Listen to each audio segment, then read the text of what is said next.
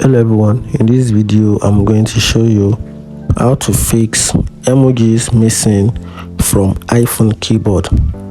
So if your emoji is missing on your keyboard, you can see right here the emoji button is missing and you want to fix it. Here's how you can get it done. The first thing you have to do is open up your settings on your phone.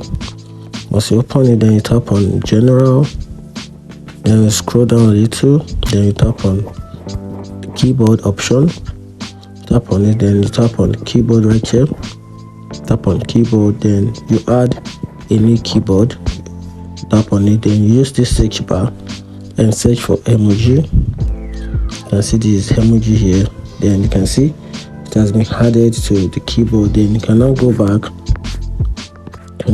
and test your keyboard. You can see the emoji button is back to the keyboard, and that's it. If you find this video helpful, like and follow for more. Thank you.